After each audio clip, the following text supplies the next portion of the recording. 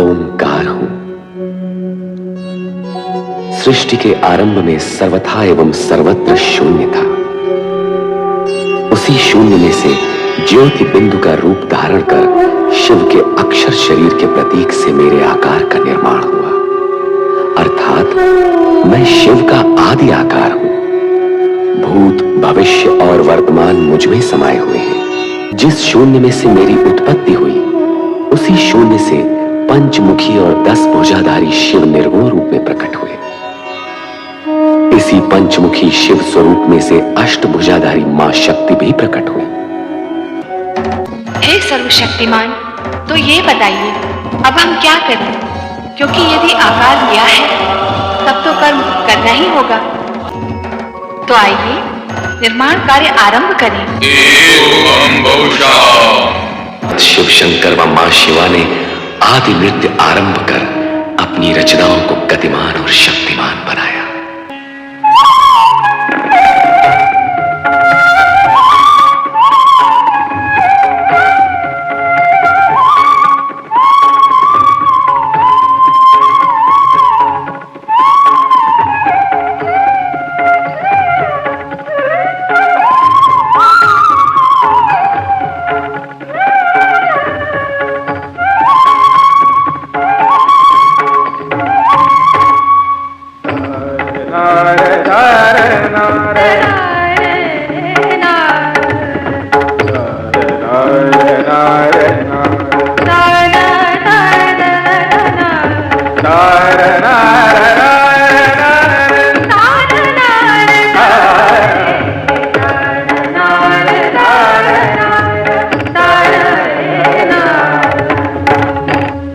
सृष्टि की रचना का यही क्रम उत्तरोत्तर आगे बढ़ता रहा। जल तत्व से क्षीर सागर प्रकट हुआ, जहां शेष शैया पर श्री हरि विष्णु की उत्पत्ति हुई और उनके नाभि कमल से उत्पन्न हुए सृजनहार ब्रह्मा जी। इन समस्त रचनाओं के मूल में शिव लीला ही कार्यरत थी, किंतु ब्रह्मा विष्णु शिव लीला से अनभिज्ञ आश्चर्यचकित थे। उनके समाधान के निमित्त सदाशिव का ज्योति स्तंभ प्रकट हुआ। सदाशिव के आदेश पर युगों तक ज्योति स्तंभ के आदि अंत का संधान कर असमर्थ हुए ब्रह्मा विष्णु को तप करने की आज्ञा हुई। नमः शिवाय। ओम नमः शिवाय। ओम नमः शिवाय।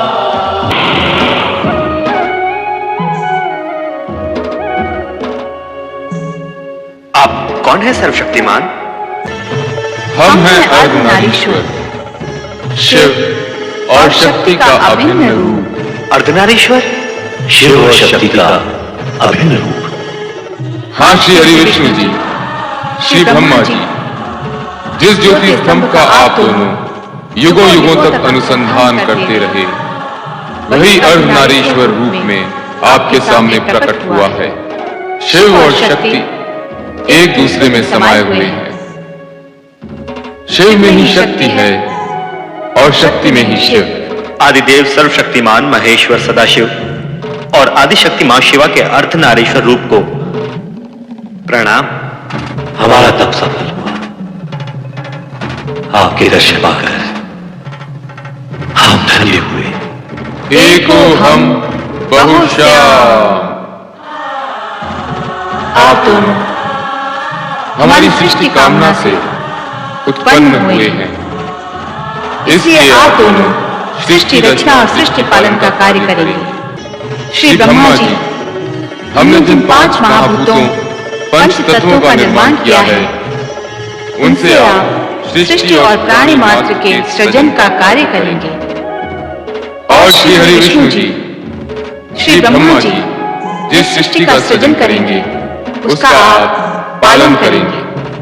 जो आ गया अर्धनारीश्वर। हे अर्धनारीश्वर शिव शक्ति, क्या आपका यह रूप संसार के लिए पूजने योग्य होगा?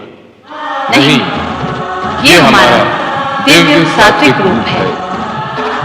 शिव का संसारियों के लिए पूज्य रूप सृष्टि रचना के पश्चात कैलाश पर प्रकट होगा। और आदिशक्ति शक्ति का रूप जानने के लिए आपको सृष्टि रचना होने तक प्रतीक्षा करनी होगी। अब आप दोनों अपना अपना कार्य प्रारंभ कीजिए।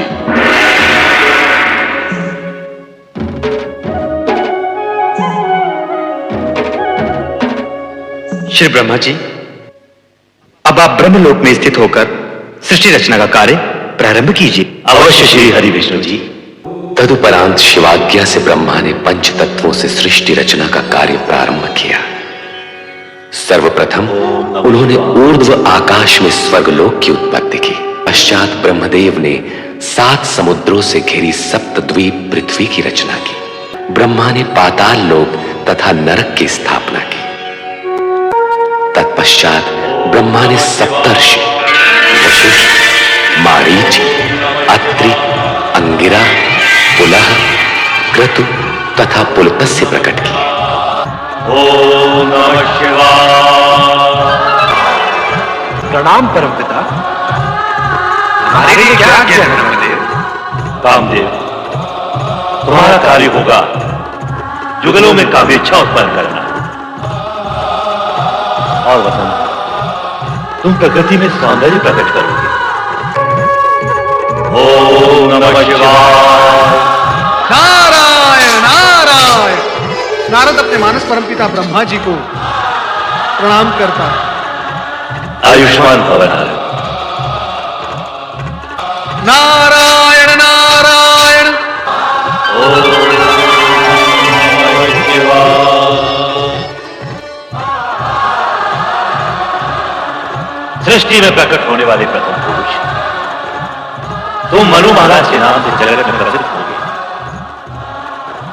और सृष्टि में प्रकट होने वाली प्रथम नारी संसार तुम्हें शतरूपा के नाम से सदा स्मरण करेगा।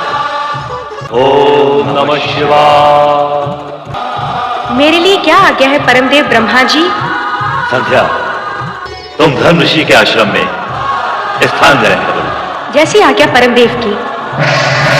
ओम नमः शिवाय।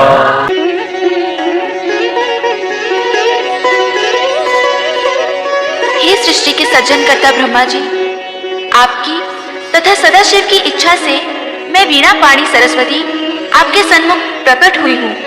मेरे लिए क्या आज्ञा है? हे महादेवी सरस्वती, जिज्ञासा ही मानवता को विद्या प्रदान करती है।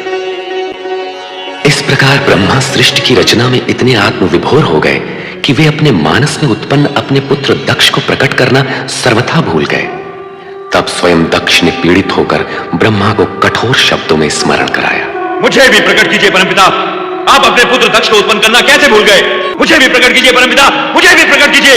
दक्ष, मैं अपने से उत्पन्न मानस पुत्र पुत्रियों को देखने में ऐसा विभोर हुआ कि तुम्हारा ध्यान ही नहीं रहा।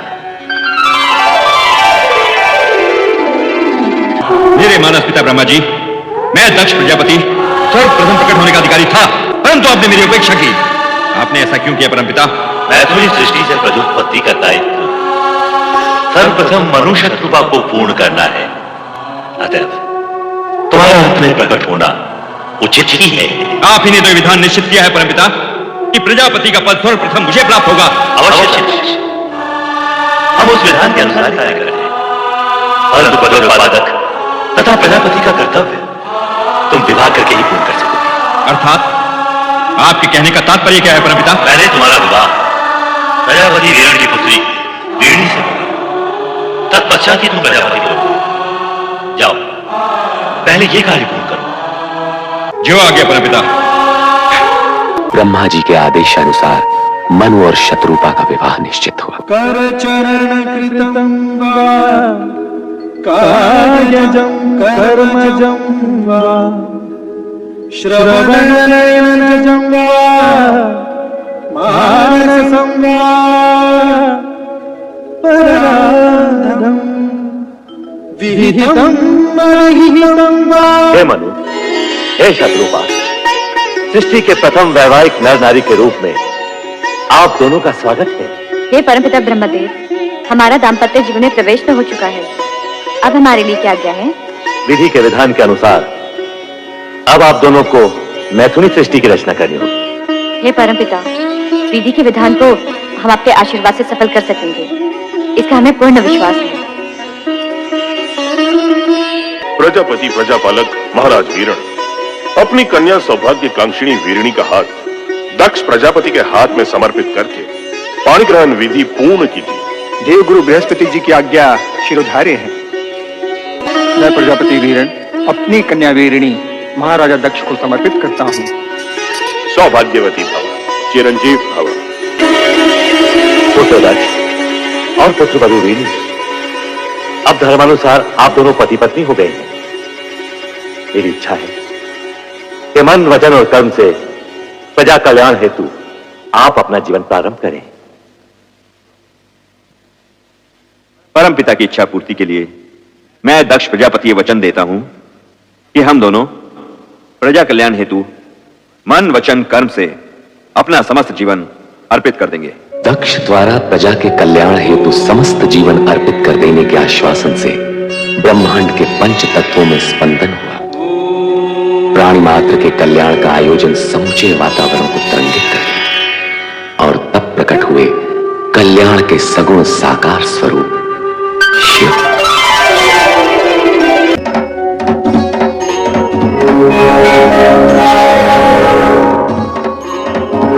सदाशिव के सगुण रूप भगवान शिव शंकर की जय। हर हर हर महादेव, हर हर हर महादेव, हर हर हर महादेव, हर हर हर महादेव। सृष्टि की रचना तो पूर्ण हुई और हम त्रिदेव अपने सगुण रूप में अवतरित हुए, परंतु मां सती का अवतार कब और किस रूप में प्रकट होगा? शक्ति का नारी अवतार तो मनुष्यों की भांति माता पिता के माध्यम से ही हो सकता है। दक्ष प्रजापति शक्ति के नारी अवतार के पिता होंगे और उनकी धर्मपत्नी देवी वीरणी उनकी माता का पद प्राप्त करेंगी। अर्थात दक्ष प्रजापति और देवी वीरणी को माता शक्ति को पुत्री रूप में पाने के लिए तपस्या करनी होगी। यह अनिवार्य है श्रीहरि, क्योंकि शिव में समय शक्ति को प्रसन्न किए बिना वे नारी अवतार के लिए स्वीकृति कैसे दे सकती? परमपिता ब्रह्मदेव, दक्ष प्रजापति को इस तपस्या के लिए आप ही को प्रेरित करना होगा। मैं ये पावन कार्य अवश्य करूंगा महादेव। अब हमें आज्ञा दीजिए देवादिदेव, समय समय पर हम आपके दर्शन करते रहें।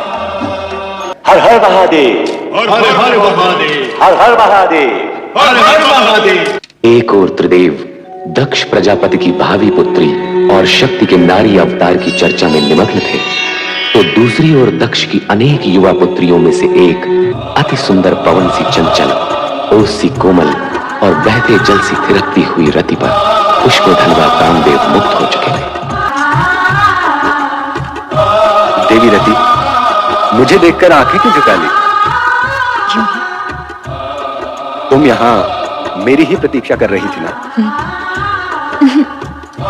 अर्थात हाँ भी और नहीं भी। नहीं। तुम हाँ कहो या ना, तुम्हारे मन की बात तो तुम्हारी आंखों ने बता ही दी। रति, अब हम कब तक ये वियोग सहते रहेंगे? मैं क्या जानूं? जानता तो मैं भी नहीं, परंतु इस बात का विश्वास है कि अब तुम अधिक देर मुझसे दूर नहीं रह सकती। रति और कामदेव का मिलन अब अनिवार्य है।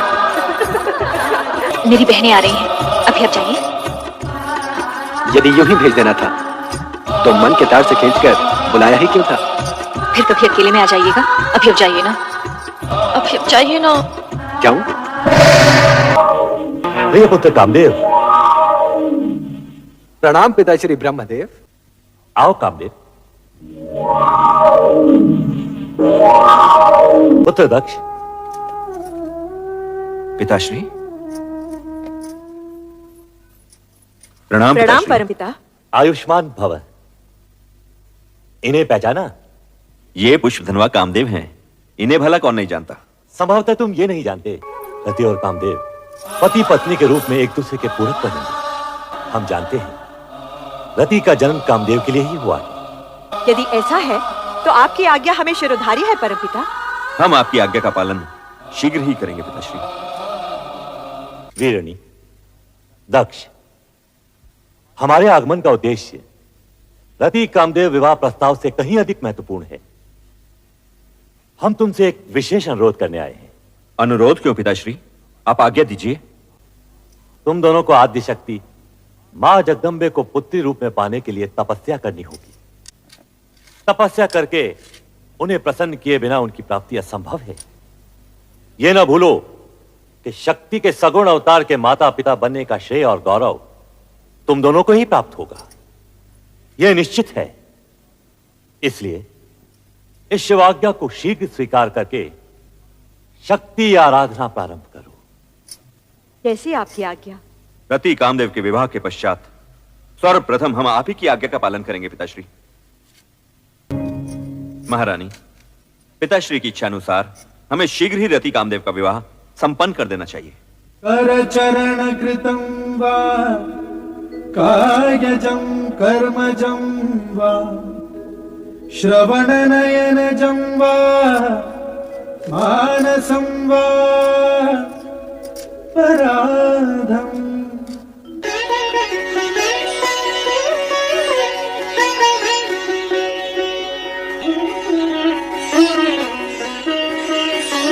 पुत्र दक्ष, अब शिवाज्ञा के अनुसार तुम और पुत्रवधु वीरणी शीघ्र ही शक्ति आराधना प्रारंभ करो। जो आगे। ओम ऐं ह्रीं क्लीं चामुण्डायै विद्महे नमः। ओम ऐं ह्रीं क्लीं चामुण्डायै विद्महे नमः। दक्ष प्रजापति, महारानी वीरणी, तुम्हारी भक्ति आराधना सफल हुई। प्रजापति दक्ष, महारानी वीरणी, मैं तुमसे प्रसन्न हूँ, वर मांगो। मां, आप तो साक्षात शक्ति है मां जगदम्बे। परमपिता ब्रह्मा जी की प्रेरणा से आपको पुत्री रूप में पाने की कामना से ही हमने ये तपस्या की है मां। हमारी ये कामना पूर्ण करें मां, हमारी ये कामना पूर्ण करें। मेरी कोख से जन्म लेकर हमें माता पिता होने का गौरव प्रदान करें, हमारी इच्छा पूर्ण करें। आदि शक्ति विश्वेश्वरी। तथास्तु। परंतु मेरा इस प्रकार शक्ति रूप में प्रकट होना शीघ्र ही आपकी स्मृति से ओझल हो जाएगा। कल्याण हो। जय हो मां आदिशक्ति जगदम्बे, जय हो। जय हो।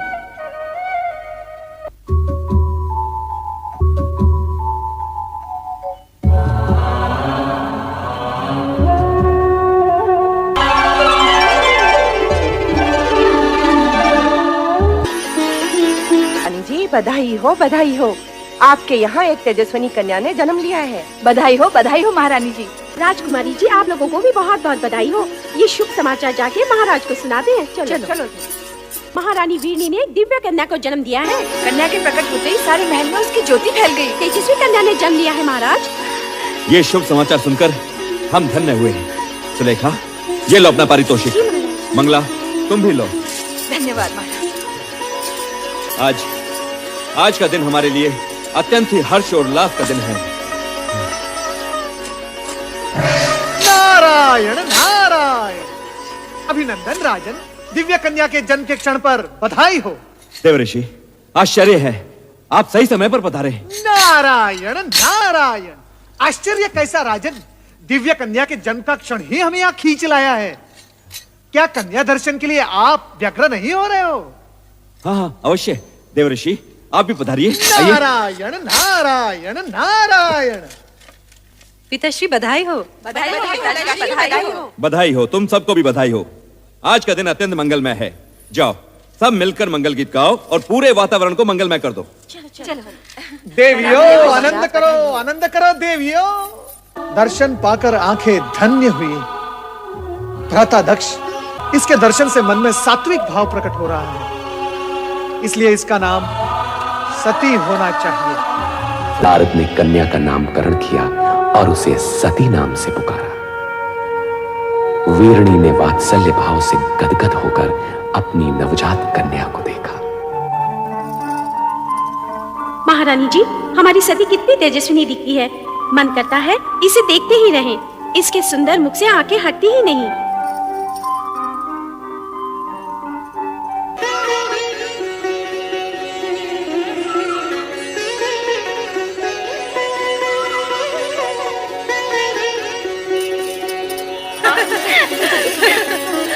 अरे अश्विनी, कौन? यही तो हम सब पूछना चाहती हैं सती कि कौन है वो जिसके ध्यान में तुम हर समय मग्न रहती हो? मैं स्वयं नहीं जानती रोहिणी। पता नहीं कौन है वो जिसके रूपाकार को देखने की उत्सुकता में मेरा मन सदा खोया रहता है। ये तो बहुत गंभीर समस्या है रोहिणी। सचमुच गंभीर समस्या है। अरे जब उस पुरुष का ही पता नहीं तो उसका रूपाकार कैसे दिखेगा? हाँ हाँ, अब तो पिताश्री दक्ष प्रजापति से निवेदन करना ही होगा कि हमारी सती का स्वयंवर रचा दें। सभी प्रकार के उत्तम पुरुष सती के सामने आकर खड़े हो जाएंगे। अच्छा सती, तेरी ना को हाँ करने के लिए हम सब पिताश्री से प्रार्थना करेंगे कि तेरा विवाह पिताश्री उसी छवि से करा दें जो तेरे हृदय में बसी है। नहीं। अरे सती, क्या हुआ? कहाँ भागे जा रही है? कहीं नहीं माते। अरे कहीं नहीं। सती इतनी बड़ी हो गई फिर भी बचपना नहीं गया।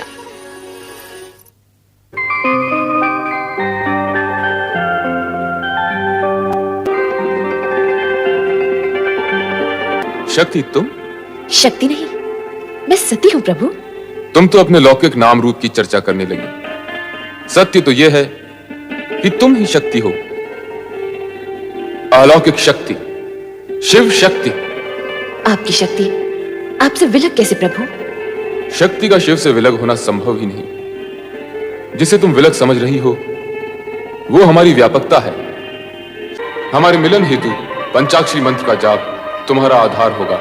पंचाक्षरी मंत्र अर्थात ओम नमः शिवाय। ओम नमः शिवाय।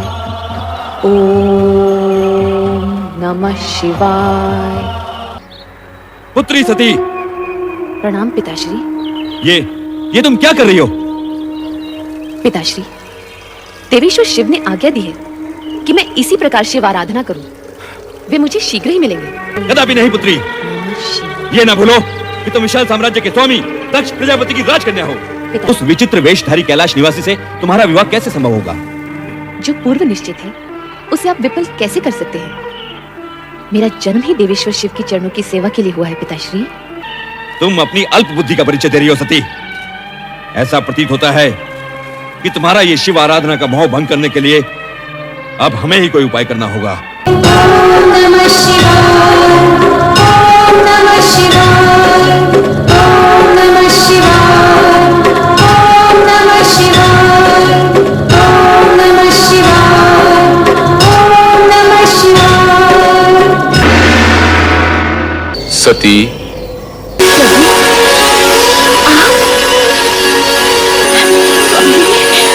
स्वामी, मैं आपके दर्शन पाके धन्य हूँ।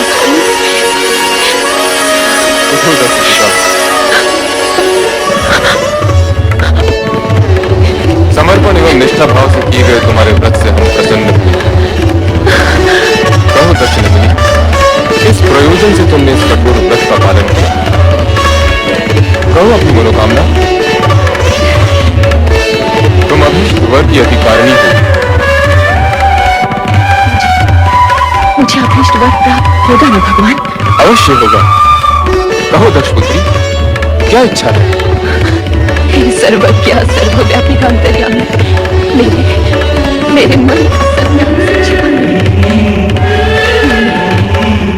मैंने बाल्यकाल से पति में आत्मा की कामना की है। इसके अतिरिक्त और कुछ भी इच्छित नहीं है भगवान। तथास्तु। सती, तुम्हारा और हमारा अभीष्ट भिन्न नहीं है। तुम्हारा अर्धांगिनी रूप ही जगत के लिए कल्याणकारी होगा।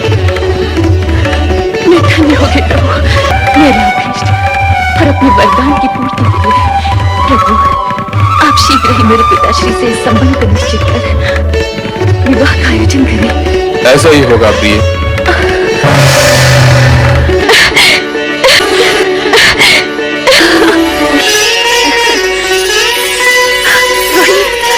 तुम कुछ कहो न कहो, तुम्हारे खिले खिले मुख की एक एक रेखा ये उद्घोष कर रही है कि तुम्हें तुम्हारा मनमीत मिल गया है। जल्दी बताओ ना सती, नंदा व्रत का प्रयोग तो सफल हुआ?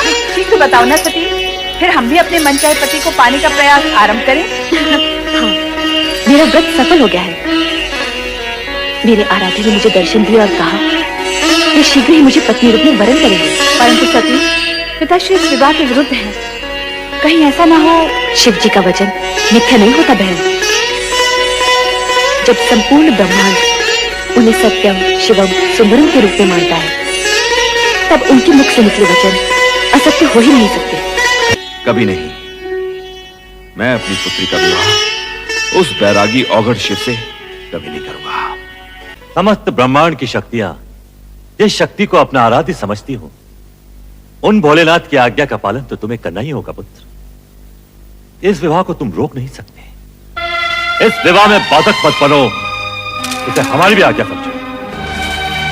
ये आप कह रहे हैं पिताश्री? शिव सती का विवाह विधाता का अटल विधान है। तुम्हारी इच्छा हो या न हो, तुम इसे रोक नहीं पाओगे। मेरा कहा मानो और सहर्ष इस विवाह के लिए स्वीकृति दे दो। स्वीकृति दे दो, स्वीकृति दे दो पुत्र।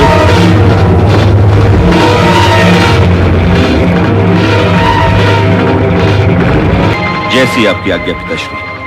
सदा सुखी रहो पुत्र। और सर्वप्रथम ये शुभ समाचार हमारी पुत्रवधू और पौत्रियों तक पहुंचा दो, जिससे उनके अशांत हृदय को शांति मिले। शांति और धैर्य ही नारी के आभूषण है। इस तरह विचलित मत हो सती, सब ठीक हो जाएगा। नहीं माते, मेरा मन अत्यंत व्यथित है। मेरी व्यग्रता चिंता बनकर मेरे मन को खाए जा रही। अरे सती, यूं मुलट काय क्यों खड़े हो? नाचो गाओ, मोद बनाओ। पिताश्री ने तुम्हारी मन की इच्छा को स्वीकृति दे दी है और भगवान शंकर से तुम्हारे विवाह की घोषणा भी कर दी है।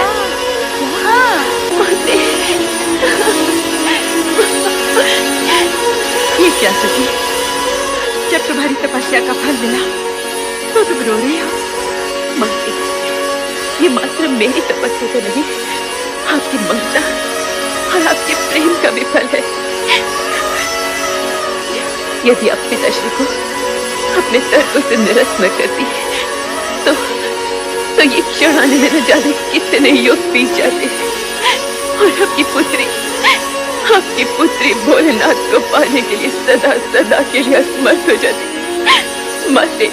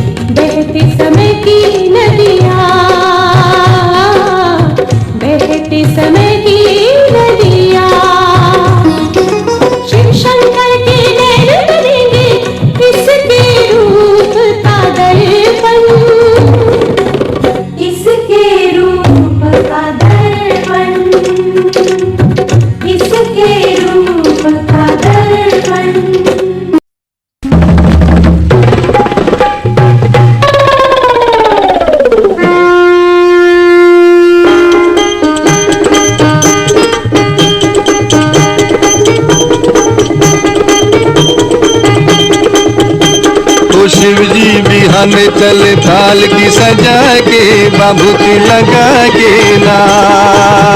तो शिव जी बिहाने चले थाल की सजा के बाबूती लगा के थाल की सजा के ना।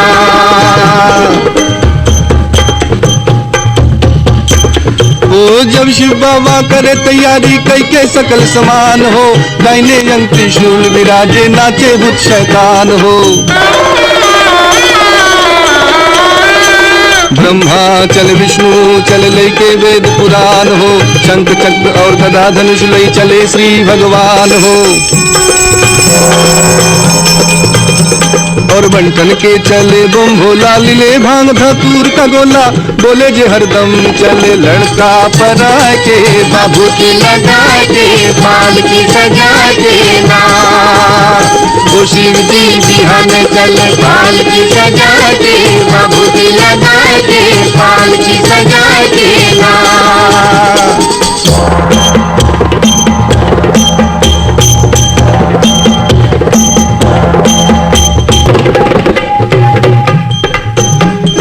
माता मत दिन पर चल चल ली तिलक दलीली लार हो, काला न गर्दन के नीचे वहू दिलन पुकार हो। लोटा फेंक के भाग चलैली का विधि लिखल लीलार हो, इनके संग विवाह न करबो गौरी रही कुमारी हो। कहे पार्वती समझाई बतियो हमरो माई, जय भर आइल हम कर्मवा लिखा के बाबूती लगा के बाल की सजा के ना। ओ शिव जी बिहाने चले बाल की सजा के बाबूती लगा के बाल की सजा के ना।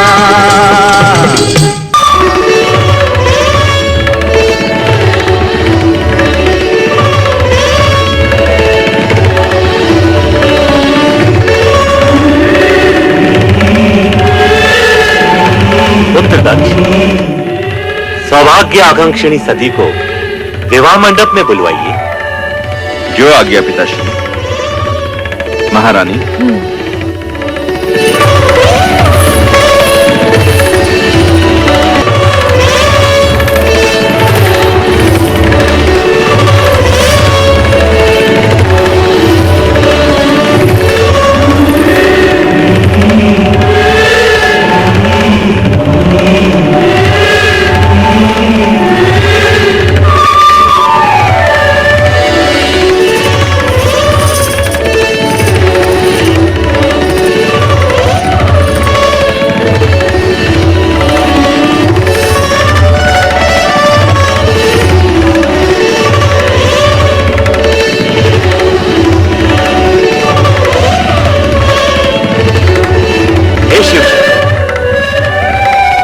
अपने शुभ हाथों से सौभाग्य सिंदूर सती की मांग में भरकर इसे सौभाग्यवती बनने का दिव्य रूप भी दे दीजिए।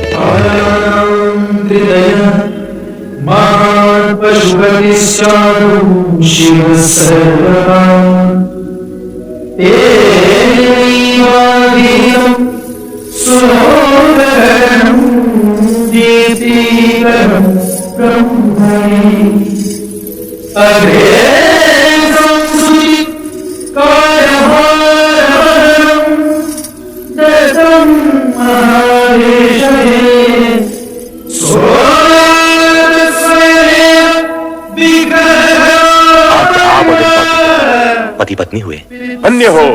धन्य हो शिव सती का ये मिलन मंगलमय हो। बोलो शिव सती की जय।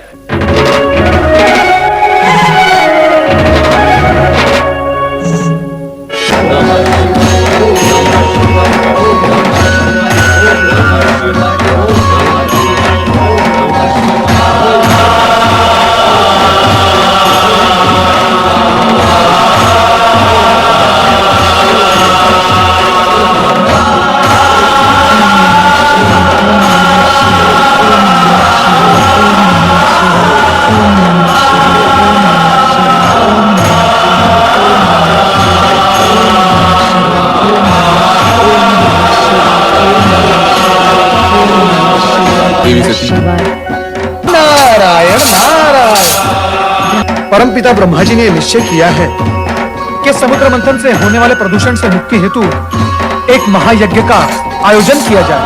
प्रयाग की धर्म भूमि पर परमपिता ब्रह्मा जी ने यज्ञ हेतु आपको सादर निमंत्रण भेजा है। हम अवश्य उस धर्म यज्ञ में सम्मिलित होंगे। आपकी स्वीकृति से मैं धन्य हुआ। अब मुझे आज्ञा दो। स्वामी, यदि आज्ञा हो तो कुछ पूछो। क्या प्रयाग यज्ञ में मैं भी आपके साथ सम्मिलित हो सकती हूँ? नहीं देवी, बिना निमंत्रण कहीं जाना उचित नहीं। यदि उचित समझते तो ब्रह्मदेव अवश्य संदेश भेजते।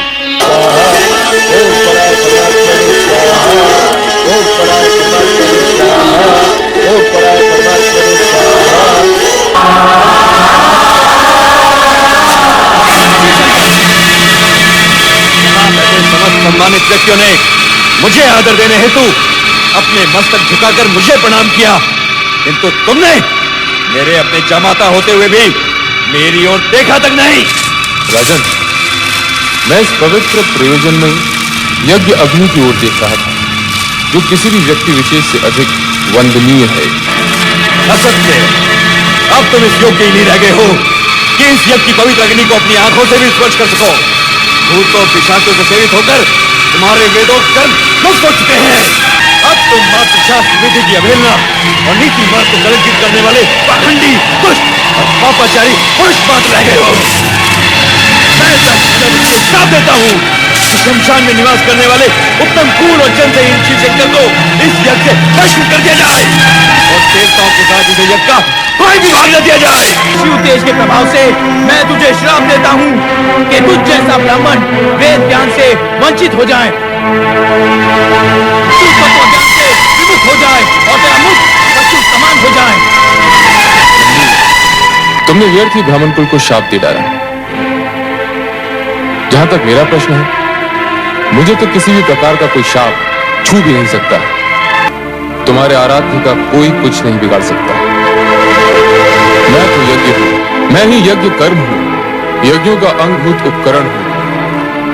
यज्ञ की आत्मा भी मैं ही हूं, यज्ञ परायण यजमान और यज्ञ से बहिष्कृत भी मैं ही हूं।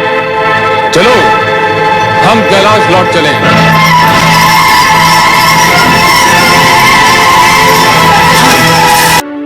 मेरे स्वामी कितने महान हैं। पिताश्री ने भरी सभा में उनका इतना बड़ा अपमान किया और उन्होंने इस दुर्घटना का मुझे आभास तक नहीं होने दिया।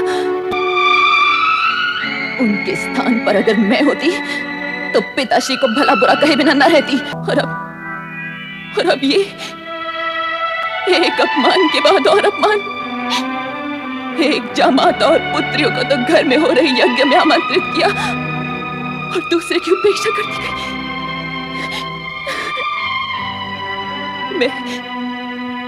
मैं क्या करूं? सती माता की जय। प्रभु, मैं पिताश्री के यहाँ हो रहे यज्ञ में सम्मिलित होने की इच्छुक हूँ। मैंने तुम्हें प्रथम भी कहा है, बिना निमंत्रण किसी सम्मानीय व्यक्ति का कहीं जाना अनुचित है। कहीं जाने का प्रश्न ही नहीं प्रभु, मुझे तो अपने मातृ गृह जाना है। किंतु जब तुमने जाने का निश्चय कर ही लिया है तो जैसी तुम्हारी इच्छा। पुत्र नंदी जी प्रभु, अपनी स्वामिनी की इच्छा पूर्ति हेतु शिवगणों को साथ लेकर इनके साथ दक्ष यज्ञ में जाओ। जैसी आज्ञा प्रभु।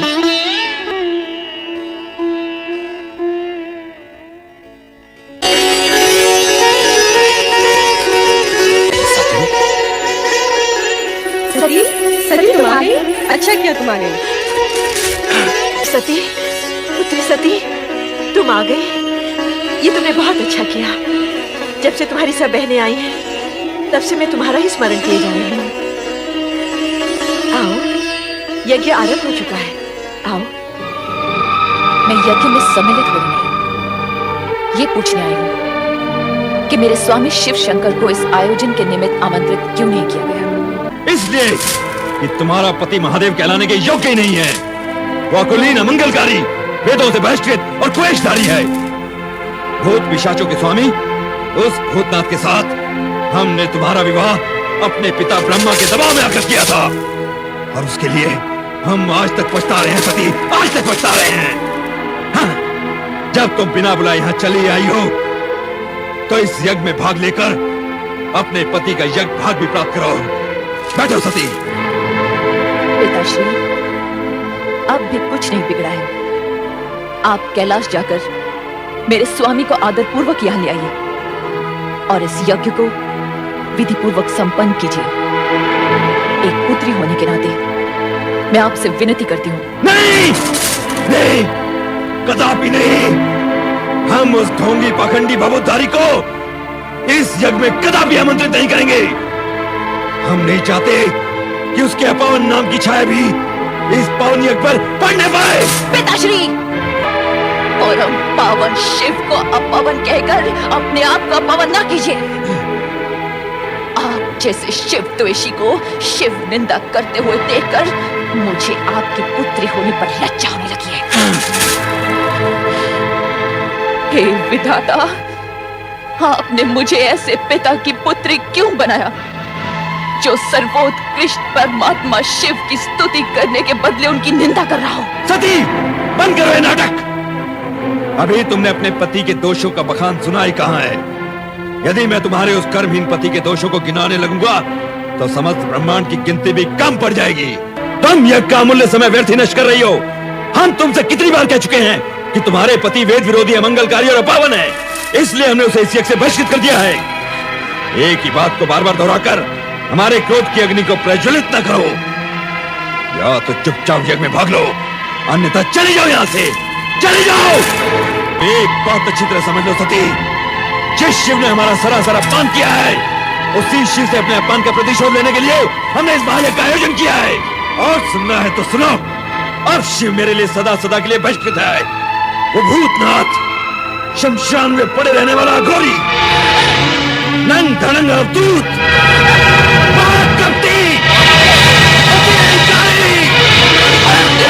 प्रजापति, बस कीजिए।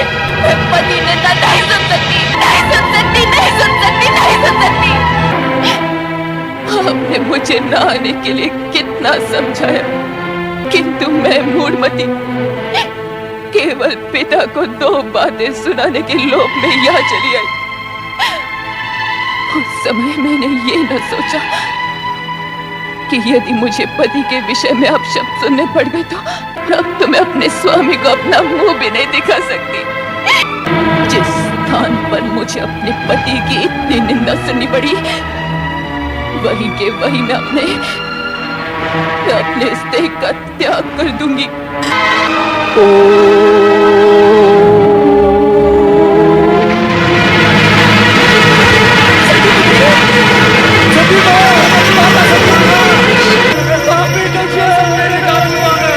तूने मेरी सती माता की बलि ली है।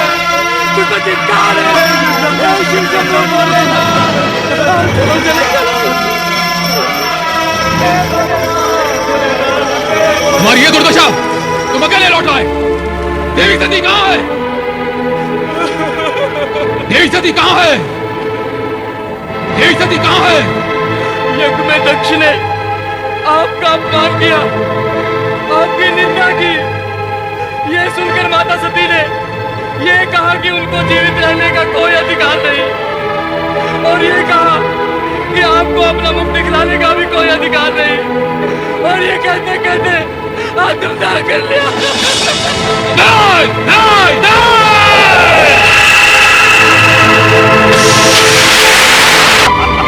जय महारुद्र, मेरे लिए क्या आज्ञा है प्रभु?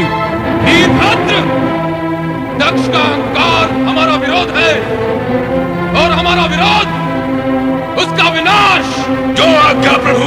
जाओ उस यज्ञ को भ्रष्ट कर डालो, और जो भी तुम्हारा विरोध करे उसे भी भस्म करने में संकोच न करना। आज विनाश लीला का वो नर्तन करना कि वहां कोई भी शिव सती विरोधी जीवित न रह पाए। जाओ। ऐसा ही होगा प्रभु। जय महारुद्र।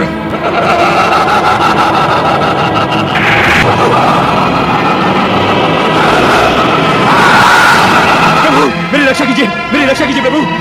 दक्ष, शिवदा और उपेक्षा करके तुमने वो दंडनीय अपराध किया है जिससे तुम्हें कोई नहीं बचा सकता, स्वयं मैं भी नहीं। तुम्हारा उद्धार हो सकता है तो चराचरपति शिव के हाथ हो।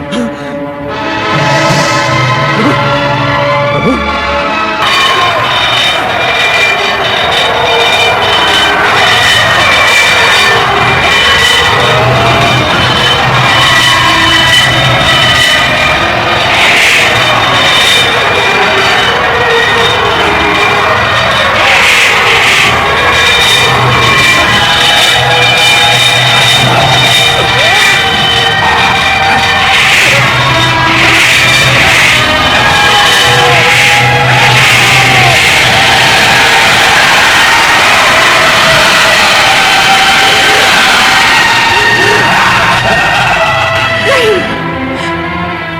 स्वामी की मृत्यु नहीं हो सकती। वे परम पिता ब्रह्मा के पुत्र हैं। उनकी मृत्यु नहीं हो सकती, उनकी मृत्यु असंभव है। तुम्हारा कथन मिथ्या है, मिथ्या। नहीं महारानी, ये सत्य है। प्रजापति महाराज दक्ष अब इस संसार में नहीं रहे। क्या मेरे स्वामी इस संसार में नहीं रहे? मेरा सुहाग मिट गया है। यदि मेरा सुहाग मिट गया है तो मैं जीवित रहकर क्या करूंगी? मैं अपने प्राण त्याग दूंगी, मैं अपने प्राण त्याग दूंगी। नहीं माते, नहीं, धैर्य रखिए माते। इतना दुखी मत होइए माते। नहीं, मेरे स्वामी के बिना मेरा जीवन व्यर्थ है। मेरा जीवन व्यर्थ है। मैं जीना नहीं चाहती, मैं जीना नहीं चाहती, मैं नहीं रहना चाहती। शांत हो जाइए माते, शांत हो जाइए। दक्ष प्रजापति जीवित हैं। क्या? मस्तक विहीन होने के उपरांत भी उनका शरीर निस्तेज नहीं हुआ है। शिव इतने कठोर नहीं माते कि किसी के प्राण हर ले। उन्होंने तो पिताश्री को केवल उनकी करनी का दंड दिया है। अब आप ये शोक त्याग दीजिए और शिव जी से प्रार्थना कीजिए कि वो शीघ्र से शीघ्र पिताश्री को पुनर्जीवित कर दें। मेरे पति तो शिव के द्रोही थे। मेरे पति के समान शत्रुता तो संसार के किसी प्राणी ने शिव के साथ न की होगी। ऐसे शिवद्रोही को भला शिव कैसे क्षमा कर सकते हैं? मैं किस मुंह से शिव से अपने पति के अपराधों की क्षमा मांग लूं रोहिणी? कैसे कैसे? प्रणाम देवर्षि। प्रणाम देवर्षि। नारायण नारायण। आपका सुहाग अखंड है और अखंड ही रहेगा। भ्राता दक्ष का धड़ यद्यपि निश्चेष्ट होकर यज्ञ भूमि में पड़ा है, फिर भी उसमें प्राण शेष है। और जैसे ही शिवजी की कृपा होगी, भ्राता दक्ष पुनर्जीवित होकर उठ बैठेंगे। भावज वीरणी, मेरी ये इच्छा है, देवादिदेव महादेव के चरणों में अपना शीश नमाकर प्रार्थना करें। भ्राता दक्ष अवश्य जीवित होंगे। मैं भोलेनाथ की शरण में कैलाश जाऊंगी। हे चराचरपति, सम्राट शिव शंकर, कृपा सागर, मैं वो दुर्भाग्यशाली स्त्री हूँ जिसने एक हाथ से अपनी पुत्री सती को खो दिया है और अब दूसरे हाथ से उस पति को खोने जा रही हूँ जिसका सिर विहीन शरीर तड़पता देखकर मुझ पर हर पल मृत्यु का पल होकर टूटता है। ये जानते हुए कि जो भी हुआ है उसके उत्तरदायी मेरे पति ही है। मुझे ये कहने का अधिकार नहीं कि मेरे पति को उन कष्टों से मुक्त कर दो और जीवन दान दो, किंतु इतना अवश्य कहूंगी कि उनके कष्टों का अंत कर दो, उनके कष्टों का अंत कर दो। दक्ष से मेरा कोई बैर नहीं श्री हरि। जो हुआ, जो हो रहा है और जो होगा विधाता के संकेत के बिना असंभव है। आप सबकी इच्छा का सम्मान करते हुए मैं दक्ष को अवश्य जीवन दान दूंगा।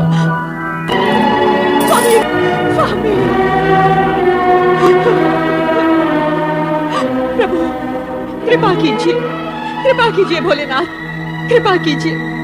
प्रजापति दक्ष वृथा अभिमान से उपजे अपने भयंकर अपराधों का दंड तुम्हें मिल गया है। अब अपने अपूर्ण यज्ञ को पूर्ण करने के लिए तुम्हें अजामुख बनाकर नया जन्म दिया जा रहा है। तुम्हें यह मुख देने के पीछे तात्पर्य है कि इसे देखकर संसार वासियों को तुम्हारे कर्म सदा के लिए याद रहेंगे और वे अपने आप को ऐसे कर्मों से दूर रखने का प्रयत्न करेंगे।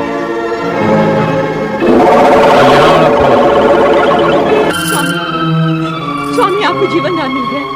हे देवाधिदेव, हे महादेव, हे भोलेनाथ, आपने मुझ जैसे नराधम को जीवन दान क्यों दे दिया? क्यों जीवन दान दे दिया प्रभु? ये अहंकार का मारा दक्ष तो हत्यारा है प्रभु, हत्यारा। अपनी पुत्री का और इन सब का जो यहाँ यज्ञ का फल लेने आए थे। हे प्रभु, इस दुष्ट नीच दक्ष को आपने पुनर्जीवन दे दिया, आपने पुनर्जीवन दे दिया प्रभु। इस उपकार के लिए मैं सदा सदा के लिए आपका आभारी रहूंगा, आपका कृतज्ञ रहूंगा प्रभु। दक्ष प्रजापति, मैंने तुम्हें यज्ञ का संपूर्ण फल दिया। अब आप यज्ञ पूर्ण कीजिए। ओम नमः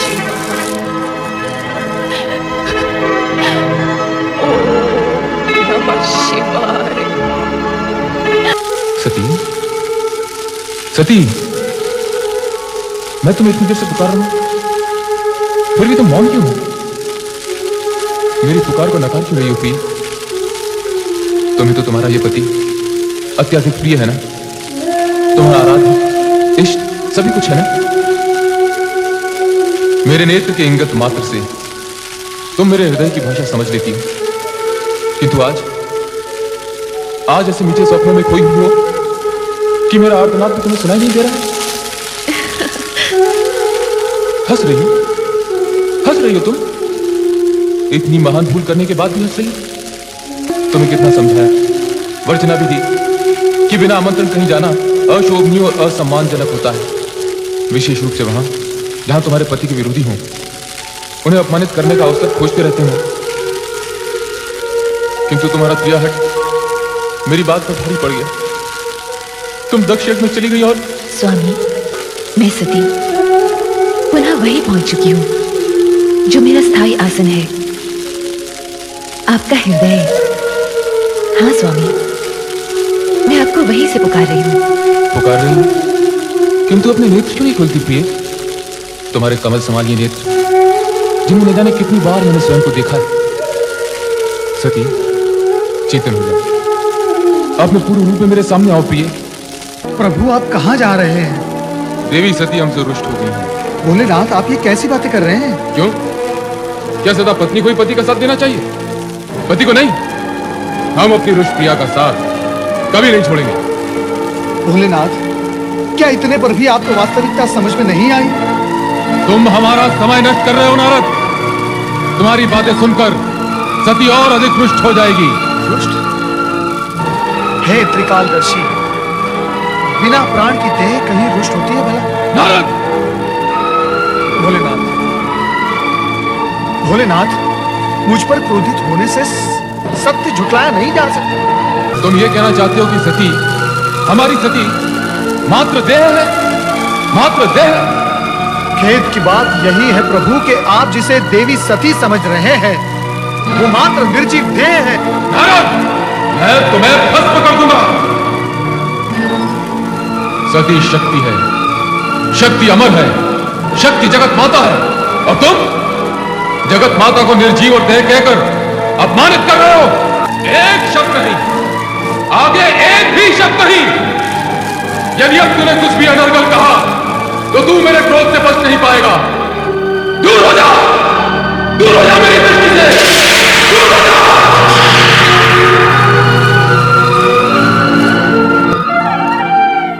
देवराज इंद्र, आइए हम सब मिलकर मां शक्ति का ध्यान करें। अवश्य देवी। या देवी सर्वभूतेषु, या देवी सर्वभूतेषु शक्ति रूपेण संस्थिता, शक्ति रूपेण संस्थिता। नमस्तस्यै नमस्तस्यै नमस्तस्यै नमस्तस्यै नमस्तस्यै नमो नमः, नमस्तस्यै नमो नमः। हे महाशक्ति, हम सब आपके दर्शन के लिए अत्यंत अधीर हैं। हमें दर्शन दो मां, हमें दर्शन दो। ह्रींकारी सृष्टि रूपाये, ह्रींकारी सृष्टि रूपाये, ह्रींकारी प्रतिपालिके, ह्रींकारी प्रतिपालिके, क्लींकारी काल रूपेणे, क्लींकारी काल रूपे, बीज रूपे नमोस्तुते, बीज रूपे नमोस्तुते। हे माता शक्ति, आप भगवान शिवशंकर की अभिन्न संगिनी हैं।